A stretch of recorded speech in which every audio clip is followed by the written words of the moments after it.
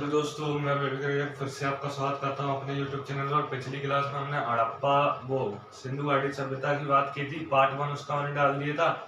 आज जो आगे और बातें हैं सिंधु घाटी सभ्यता की उसके बारे में मैं आपको बताने जाऊंगा। तो शुरू करते हैं। पहले बात करूं हड़प्पा की बात करूं हड़प्पा। तो हड़प्पा की जो खोज की थी किसने की थी? इसकी खोज किसने की थी? दयाराम साहनी ने। दयाराम साहनी ने कब की थी? 1921 ईडी में। 1921 ईडी में। कौन सी नदी के किनारे है हड़प्पा? नदी कौन सी है हड़प्पा? रावी नदी के किनारे है। अन्य जो व्यक्ति थे जिन्होंने हड़प्पा की खोज में इनकी मदद की थी वो थे माधो स्वरूप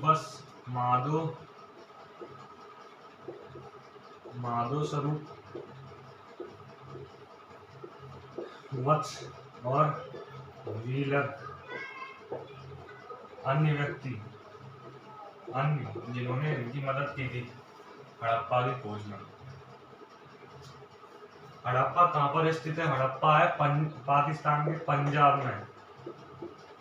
पंजाब का मोंटगोमरी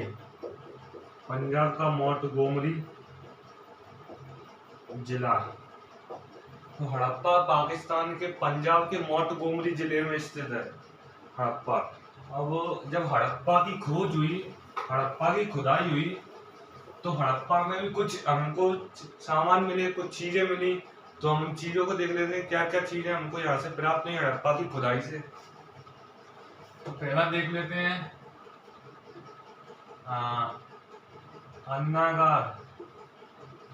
अन्नागार मिला एक, मतलब जिसमें हम गेहूं वगैरह को रखते हैं। आज के टाइम पे, पहले टाइम पर भी एक अन्नागार हुआ करता था, ग्रेनरी बॉक्स हुआ करता था। ऐसे टाइप का होता था, ऐसे टाइप का ऊपर से ऐसा रहता था और इसमें क्या गेहूं रखा करते थे पहले के लोग। तो अन्नागार मिला एक। और क्या मिला? श्रृंगारदान मिला। और क्या मिला?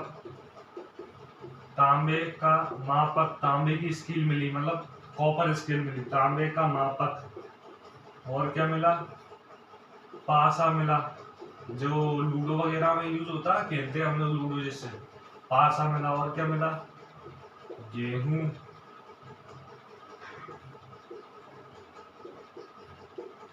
जौ, कपास, ये सब मिले। और क्या मिला?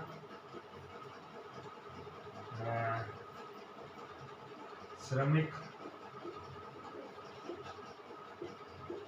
निवास स्थान। और मेसोपोटामिया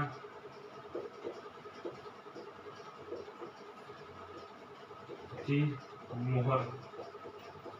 और एक शमशान घाट मिला। शमशान घाट कौन सा मिला? HR 37। अब इसको इंग्लिश में लिख लेना। अन्नागार को कहते हैं ग्रेनरी बॉक्स, श्रृंगारदान को कहते हैं वैरायटी बॉक्स, तांबे के मापक को कहते हैं कॉपर स्केल, पासा को डाइस कहते हैं, इसको गेहूं को वीट, बार्ले और मेज, ठीक है, वीट, बार्ले और कॉटन। और श्रमिक निवास स्थान बर्कर फ्लोर, मेसोपोटामियन सील और शमशान घाट को कहते हैं सिमेट्री। तो ये सब मिली हमको कहाँ से? हड़प्पा से मिली। अब हम बात कर लेते हैं मोहनजोदड़ो की।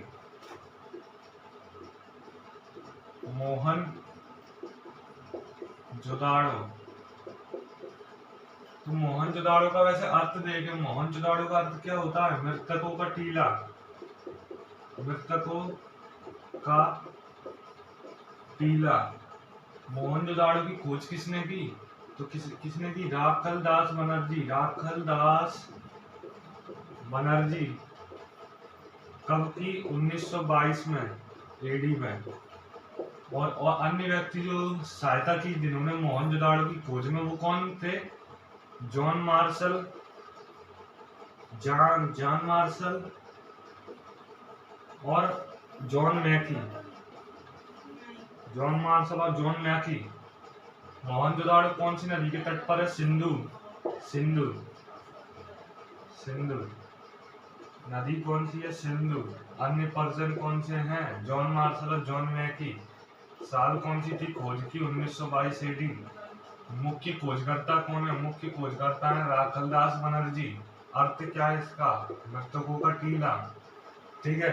अब मोहनजोदाड़ो से भी कुछ चीजें मिली हमको जब इसकी खोज हुई, तो वो चीजें हम देख लेते हैं क्या क्या मिला। दो मेन चीजें हमेशा पेपर में पूछी जाती है मोहनजोदाड़ो से। एक तो था ग्रेट बाथ, विशाल स्नान घर मिला, नहाने का स्नान घर मिला, और एक नर्तकी मिली थी, डांसर करती हुई फीमेल की मूर्ति मिली थी। तो ये दो चीजें हमेशा पूछी जाती है मोहनजोदाड़ो से। एक मिला क्या? स्नान घर, स्नान घर, और एक मिला नर्तकी, दाढ़ी वाले पुजारी की मूर्ति। दाढ़ी वाले पुजारी की मूर्ति भी मिली। और क्या मिला? पशुपतिनाथ भगवान की। आपको पता होगा पशुपतिनाथ शिव जी के वो हैं। पशुपतिनाथ भगवान की मूर्ति मिली। और क्या मिला? कॉटन मतलब कपास, कपास के कपड़े मिले। कपास, कॉटन के कपड़े। आपको पता होगा कि कपास हमेशा से पाकिस्तान में बहुत ज्यादा मात्रा में प्रोड्यूस किया जाता है, और अभी भी जो भारत है कई मात्रा में कपास पाकिस्तान से मंगाता है। कपास के कपड़े मिले। यहाँ भी क्या मिला? एक पासा मिला। और यहाँ भी क्या मिला? एक तांबे का मापक मिला। तांबे का एक मापक मिला, तांबे का मापक। यहाँ भी एक वो मिली थी, मेसोपोटामियन सील। मेसोपोटामियन सील यानी मोहर, मेसोपोटामिया की मोहर। तो ये आप लिख लेना, नोट कर लेना, इंपॉर्टेंट पॉइंट है।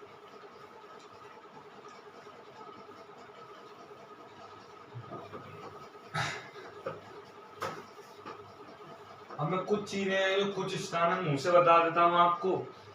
जैसे चन्हू-दाड़ो जो है मोहनजोदड़ो से 130 किलोमीटर दक्षिण में स्थित है। 80 मील दक्षिण में स्थित है मोहनजोदड़ो से। तो चन्हू-दाड़ो से भी कुछ हमको चीजें मिली थी, जैसे कि तांबे की बनी 2 बैलगाड़ियों का मॉडल मिला, इंक पॉट मिला, दवात मिला और लिपस्टिक मिली। और क्या मिला? फ्योस से बने 4 कनों के बर्तन मिले। ठीक है, ये तो हो गई चन्हू-दाड़ो की बात। और चन्हू-दाड़ो एकमात्र ऐसा स्थल है सिंधु घाटी सभ्यता का जिसमें कोई भी किला नहीं मिला, उनको कोई भी गढ़ नहीं मिला। और कालीगंगा की बात करूं तो कालीगंगा का बेसिक अर्थ होता है, जो इसका मीनिंग होती है वो होती है काली चूड़ियां। क्योंकि कालीगंगा राजस्थान में है, तो राजस्थान में जो कालीगंगा में हमको काली चूड़ियों की फैक्ट्री मिली, और खिलौने की फैक्ट्रियां भी मिली हमको। और क्या मिला? पके हुए बर्तन मिले। पके हुए बर्तन मिले जो डिजाइन होते हैं जिन पर। और कच्ची ईंटें मिली यहाँ से। कच्ची ईंटों से बने घर मिले। हल से जुते हुए खेत मिले यहाँ से। ऊंट राजस्थान में, क्योंकि ऊंट ज्यादा रहते हैं, आज भी ऊंट राजस्थान में रहते हैं। डेजर्ट है पूरा, थार रेगिस्तान वहीं पर है। तो ऊंटों की हड्डियां मिली राजस्थान से हमको, ऊंटों की, और डॉकयार्ड वगैरह मिले। तो ये तो हो गया कालीगंगा की बात। धौलावीरा में हमको क्या मिला? वाटर एंड डैम रिजर्वोयर्स मिले। पानी और उससे जो रिजर्वोयर्स होते हैं ना, वो मिले धौलावीरा में। और राखीगढ़ी इंडस वैली सिविलाइजेशन की प्रोविंशियल कैपिटल है, प्रांतीय राजधानी। हमें जो टाउन प्लानिंग हुआ करती थी इंडस वैली सिविलाइजेशन वाले लोगों की, वो मैं आपको बता देता हूँ कि घर कैसे बना हुआ करते थे।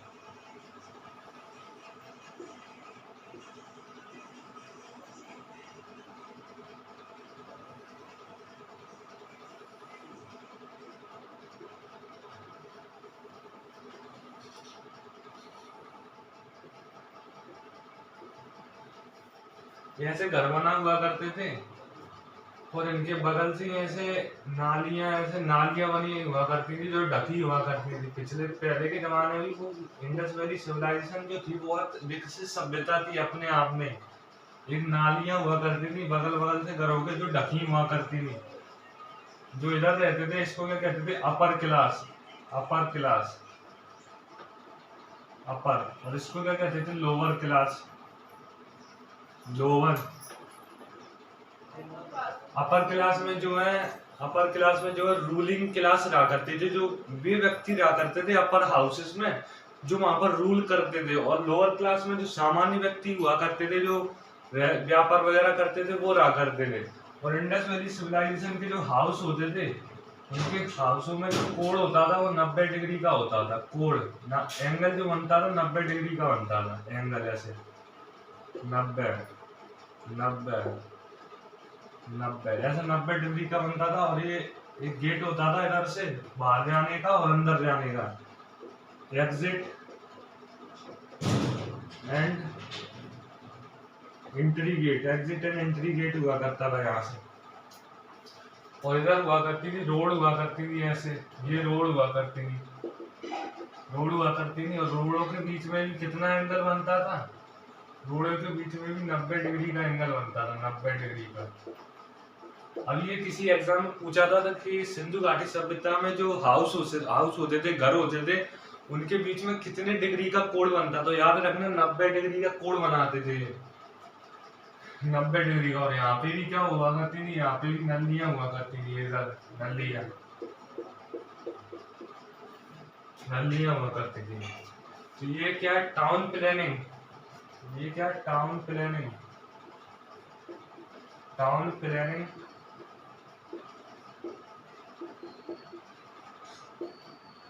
Planning of IVC, time planning of Indus valley civilisation.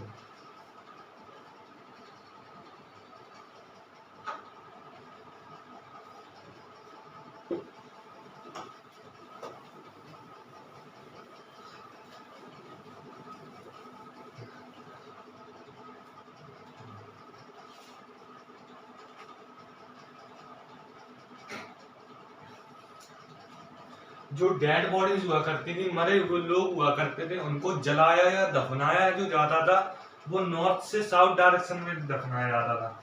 मतलब ये ऐसे अगर कोई मर गया है, ऐसे कोई मर गया है तो उसका जो हेड होगा, हेड वो किस डायरेक्शन में होगा, नॉर्थ के डायरेक्शन में होगा। और जो लेग्स होंगे वो किस डायरेक्शन में होंगे, साउथ के डायरेक्शन में होंगे। और जो मुहर बनी होती थी इंडस वैली सिविलाइजेशन में, जो सील्स बना हुआ करती थी वो किसकी बनी हुई थी, वो बनी हुई थी स्टीटाइट। स्टीटाइट की बना हुआ करती थी, स्टीटाइट। और इंडस वैली सिविलाइजेशन की जो स्क्रिप्ट हुआ करती थी, स्क्रिप्ट कैसी थी, पिक्टोग्राफिक थी, भाव चित्रात्मक थी। भाव चित्रात्मक, या इसी को हम इंग्लिश में क्या कहते हैं, पिक्टोग्राफिक।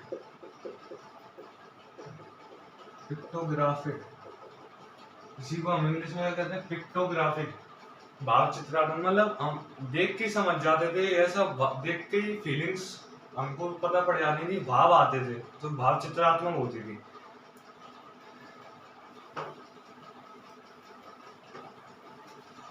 जो लिपि हुआ करती थी वो फर्स्ट लाइन में तो ऐसे, राइट टू लेफ्ट लिखी जाती थी। और सेकंड लाइन कैसे, सेकंड लाइन जो लिखी जाती थी वो होती थी लेफ्ट टू राइट लिखी जाती थी। इसी को क्या कहते हैं, बोस्ट्रोफिडोन सिस्टम। इसी को क्या कहते हैं, बोस्ट्रोफिडोन। इसी पूरे सिस्टम को क्या कहते हैं,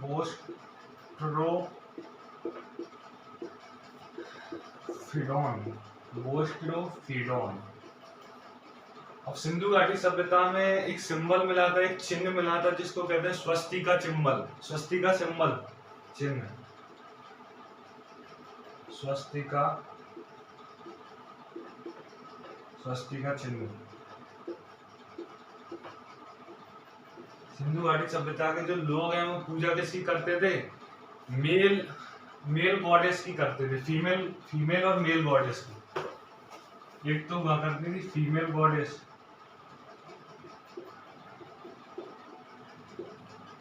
फीमेल गॉडेस यानी कि मातृ देवी, मातृ देवी अतो मातृ देवी। और जो चीफ मेन डेटी होते थे, मुख्य नर देवता जो होते थे, मतलब पुरुषों में जो देवता होते थे,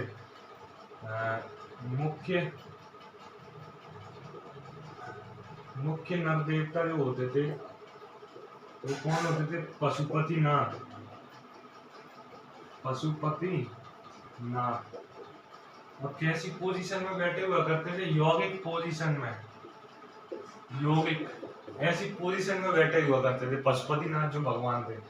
और 5 जानवर इनके आसपास दिखाए गए हैं सिंधु घाटी सभ्यता की पेंटिंग्स में। 5 जानवर दिखाए गए हैं आसपास इनके। तो वो है बफेलो, एक तो है बफेलो और एक है deer, tiger, buffalo, deer, tiger, rhino और काऊ। 5 जानवर दिखाए गए हैं, बफेलो, डियर, टाइगर, रिनो और काऊ। तो जो मेजर जो क्रॉप्स होती थी, कौन कौन सी फसलें सिंधु घाटी सभ्यता के लोग उगाते थे, वो हम देखेंगे। मुख्य फसलें कौन कौन सी हुआ करती थी? मुख्य या मेजर क्रॉप्स लिख लो इंग्लिश में, मेजर क्रॉप्स कौन सी हुआ करती थी? वीट यानी कि गेहूं, wheat, barley,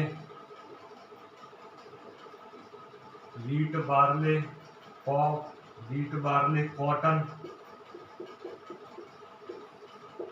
wheat, barley, cotton. मेज यानी पता होगा आपको, भुट्टा, मेज, राइस और पी, मटर और मेलन्स यानी कि तरबूज और सीरियल्स, दाल वगैरह, चावल वगैरह, सीरियल और पल्सेस और मस्टर्ड, सरसों। इतनी की मेन फसलें जो उगाया करते थे ये लोग।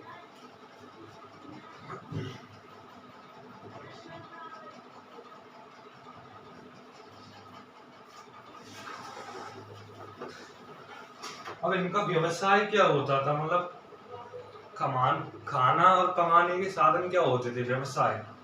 तो व्यवसाय देखें, ऑक्यूपेशन जिसको इंग्लिश में हम कहते हैं ऑक्यूपेशन। ऑक्यूपेशन क्या क्या होता था? स्पिनिंग, वीविंग,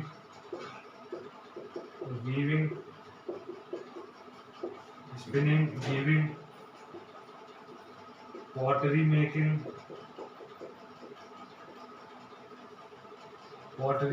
है,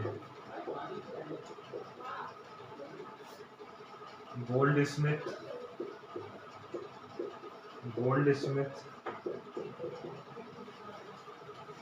spinning, weaving, pottery making, goldsmith, ये सब जो है इनके ऑक्यूपेशन हुआ करते थे इंडस वैली सिविलाइजेशन के। जे स्पिनिंग मतलब कताई, बुनाई, पॉटरी मेकिंग मतलब पके हुए बर्तनों को बनाना और उन पर डिजाइन करना। आपने देखा होगा आज भी जो कई लोग हैं जो आदिवासी वगैरह होते हैं, वो मटकों पर डिजाइन करते हैं, उनको पकाकर उनको बहुत अच्छा डिजाइन करते हैं। उसी को क्या कहते हैं? Pottery making. और गोल्ड स्मिथ जो है सुनार हुआ करते थे उस टाइम पे, सोने का भी व्यापार हुआ करता था। अब ये इंपोर्ट क्या क्या करते थे? मतलब आयात क्या क्या करते थे? आयात मतलब इसको क्या कहते हैं इंग्लिश में? इंपोर्ट। काय का इंपोर्ट ये करा करते थे? तो गोल्ड का करते थे,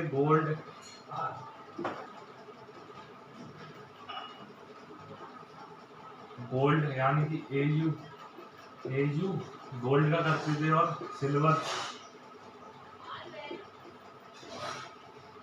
सिल्वर यानी कि एजी सिंबल है इसका।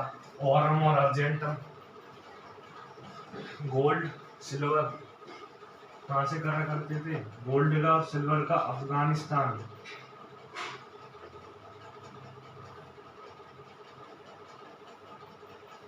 अफगानिस्तान। और जो है और किसका इंपोर्ट किया करते थे? इंपोर्ट और ये कॉपर, तांबा, यानी कि Cu कहाँ से? खेतड़ी। खेतड़ी राजस्थान। खेतड़ी राजस्थान से क्या करते थे? कॉपर का इंपोर्ट करते थे। ये तो होगा इंपोर्ट। अब ये जब इतनी बड़ी सभ्यता है, इंपोर्ट किया करते थे तो कुछ एक्सपोर्ट भी तो किया करते होंगे, क्योंकि आपको पता है कि सिंधु घाटी सभ्यता के लोग जो हैं, जो आज के टाइम पे जो रेड सी, जो यमन ओमन वाला पोर्शन है, जो बीच में फारस की खाड़ी है, वहां से इनका कई जो वेस्टर्न कंट्रीज है उनमें कई इनका व्यापार चल रहा था, कई मात्रा में तो व्यापार चल रहा था, तो कुछ एक्सपोर्ट भी किया करते थे, क्योंकि इनके यहाँ पर फसल अच्छी हुआ करती थी, तो एक्सपोर्ट में क्या करा करते थे? एक्सपोर्ट मतलब निर्यात। निर्यात क्या क्या किया करते थे? निर्यात तो ये क्या क्या किया करते थे?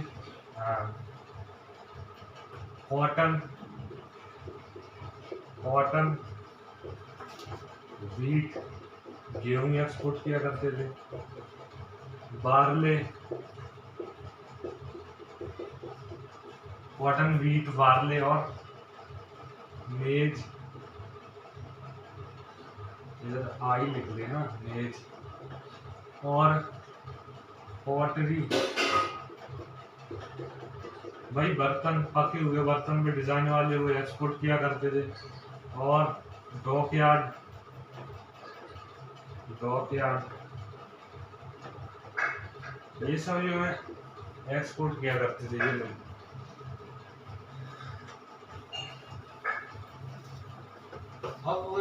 अब जो है सिंधु घाटी सभ्यता इतनी बड़ी सभ्यता थी, तो ये सभ्यता खत्म कैसे हो गई?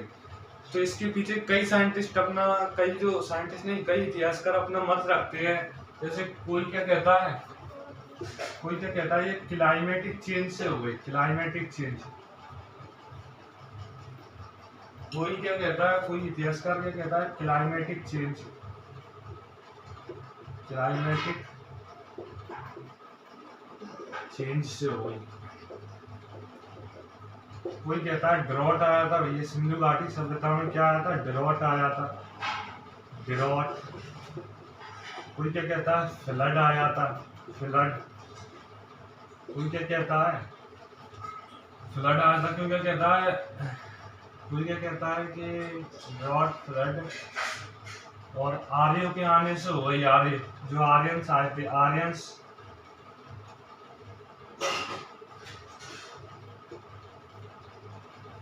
आर्यंस के आने से हुई। कोई ये कहता है